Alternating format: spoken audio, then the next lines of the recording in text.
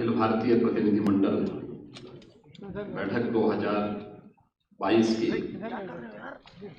उद्घाटन सत्र में मंच पर उपस्थित राष्ट्रीय स्वयंसेवक संघ के सह सरकारवा सम्मानीय डॉक्टर मनमोहन वैद्य जी, आयुष सचिव भारत सरकार वैद्य राजेश कोटेचा जी, आरोग्य भारती के संरक्षक डॉक्टर प्रवीण अवसर जी, राष्ट्रीय अध्यक्ष आरोग्य भारती डॉक्टर राकेश पंडित जी, राष्ट्रीय कार्याध्यक्ष आरोग्य भारती डॉक्टर बीएन सिंह जी, राष्ट्रीय महासचिव डॉक्टर सुनील जोशी जी,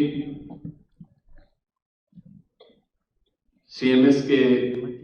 संस्थापक प्रबंधक श्री जगदीश गांधी जी,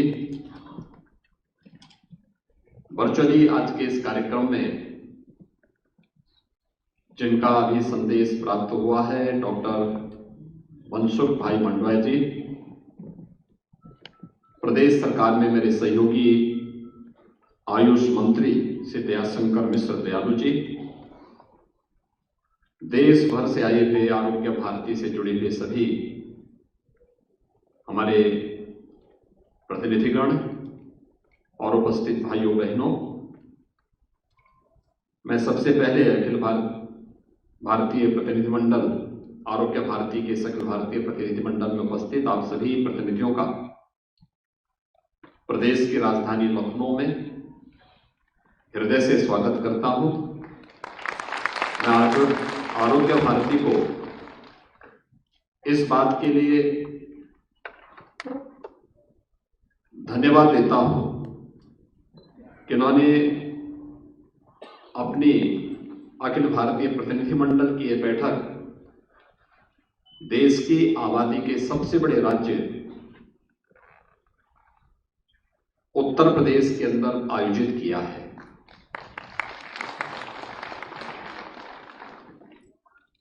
हम सब जानते हैं उत्तर प्रदेश न केवल देश की आबादी का सबसे बड़ा राज्य है, बल्कि भारत की आध्यात्मिक और सांस्कृतिक विरासत का प्रतिनिधित्व भी करता है। और भगवान धन्वंतरी जिनकी स्मृति को ध्यान में रखकर के हम लोग इस आयोजन को आगे बढ़ाते हैं, उनकी पावन भावभूमि भी उत्तर प्रदेश की ही धरती है। और इस अवसर पर मैं आप सबका हृदय से स्वागत करता हूं, अभिनंदन करता हूं। आरोग्य भारती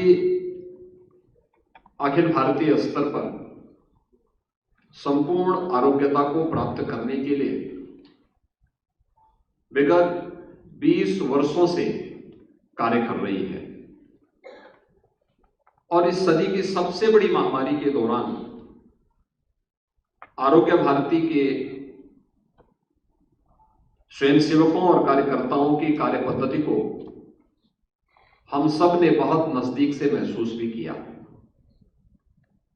हम देख रहे थे बहुत सारी जगह इस प्रकार की स्थितियां थी कि प्रत्येक नागरिक को कोरोना जैसी महामारी से बचाव के लिए और जागरूकता के लिए जो विभिन्न प्रकार के कार्यक्रम चल रहे थे, उन कार्यक्रमों के साथ न केवल शासकीय स्तर पर बल्कि आम जनमानस की सहभागिता के माध्यम से जन जागरूकता के जिस कार्यक्रम को हाथ में लिया गया था, इसे आगे बढ़ाने की जब बात सामने आई थी, तो आरोग्य भारती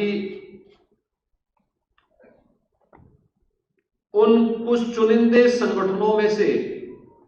एक था जिसने सरकार के साथ कदम से कदम मिलाकर के बिना किसी भेदभाव के समाज के प्रत्येक तबके को उत्तम आरोग्यता प्रदान करने के लिए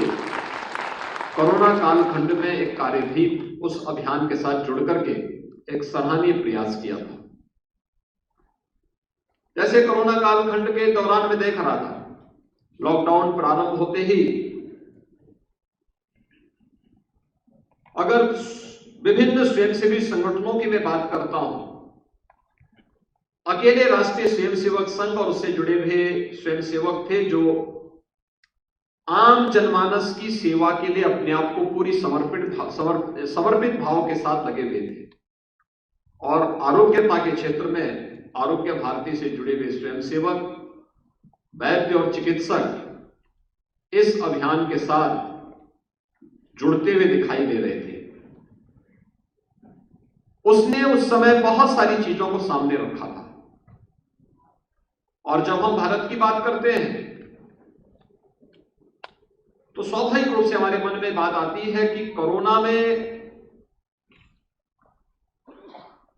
भारत का परिणाम दुनिया के किसी भी अन्य देश की तुलना में बेहतर कैसे रहा।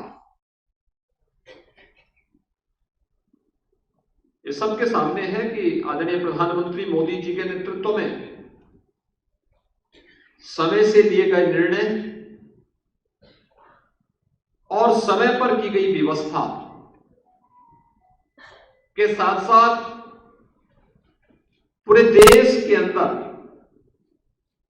उनका संवाद और उनका संबोधन और मार्गदर्शन कोरोना के इस प्रबंधन में एक बड़ी भूमिका का निर्वहन तो कर ही रहा था,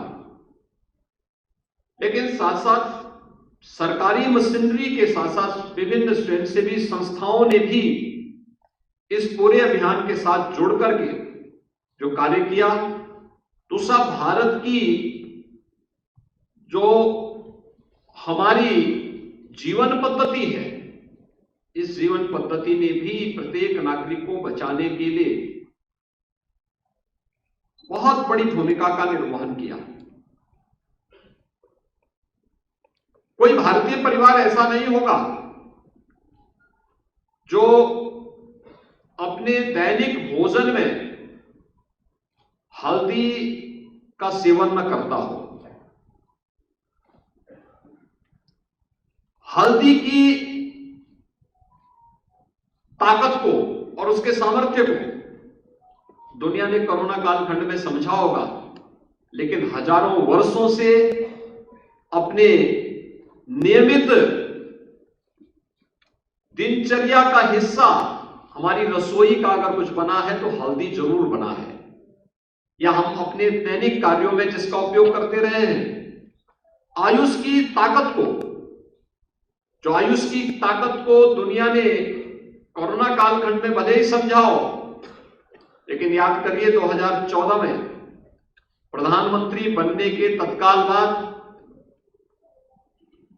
आदरणीय मोदी जी ने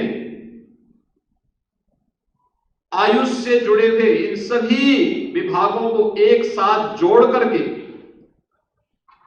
देश को एक नए मंत्रालय के रूप में एक नई दिशा देने का काम भी किया।